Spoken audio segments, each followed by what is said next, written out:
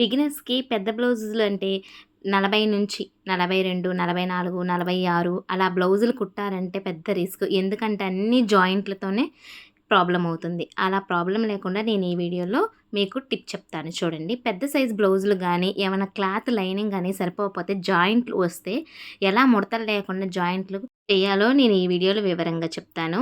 ఇప్పుడు lining cloth నేను ఇది 1 మీటర్ తీసుకున్నానండి. అయినా కటింగ్ సరిపోలేదు. అందుకే ఎక్స్‌ట్రా క్లాత్ జాయింట్ చేస్తున్నాను. ఇప్పుడు చూడండి, మనం జాయింట్ చేసుకున్న పీస్ ఎక్కడైతే జాయింట్ చేస్తున్నామో అంటే నాకు ఆర్మ్ హోల్ కరెక్ట్‌గా సరిపోలేదు కాబట్టి ఆర్మ్ హోల్ దగ్గర నేను జాయింట్ చేస్తున్నాను. ఇప్పుడు ఆ క్లాత్ దగ్గర ఆర్మ్ హోల్ కరెక్ట్‌గా మీరు ఇలాగా నేను ఇందులో వీడియోలో చూపిస్తున్నట్టుగా చూడండి. ఆర్మ్ హోల్ కర్వ్ గీసేసేయండి. ఒక హాఫ్ ఇంచ్ కింద మనము స్టిచ్ చేయటానికి విధంగా కటింగ్ చేసుకొని స్టిచ్ చేసుకునే విధంగా. అక్కడ ఏమంటే ఖర్చు అది కూడా చూసుకొని ఇట్లా మార్కింగ్ చేసేసుకోండి. ఇప్పుడు ఈ వీడియోలో చూపించినట్టుగా మార్కింగ్ చేసుకుంటే ఈ కిందదేమో స్టిచ్చింగు, పైదేమో జాయింట్ అనమాట. హ్యాండ్ జాయింట్ చేసేటప్పుడు అప్పుడొస్తది. ఇలా కటింగ్ చేసుకోవాలి ఈ పీస్‌ని.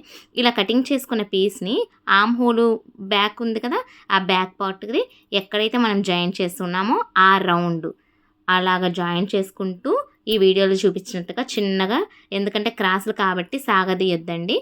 ఇలాగ స్లోగా పాదం లేపుకుంటూ మళ్ళీ కిందకి దింపుకుంటూ చిన్నగా నిదానంగా స్టిచ్ చేస్తే మంచి కర్వ్ వస్తుంది. సాగదీయకుండా చివరికి వచ్చేలాగా స్టిచ్ చేసేసేయండి. ఇప్పుడు చూడండి, లెవెల్‌గా వచ్చింది.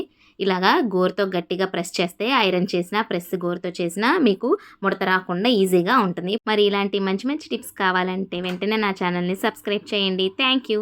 వీడియోకి ఒక లైక్ చేయండి.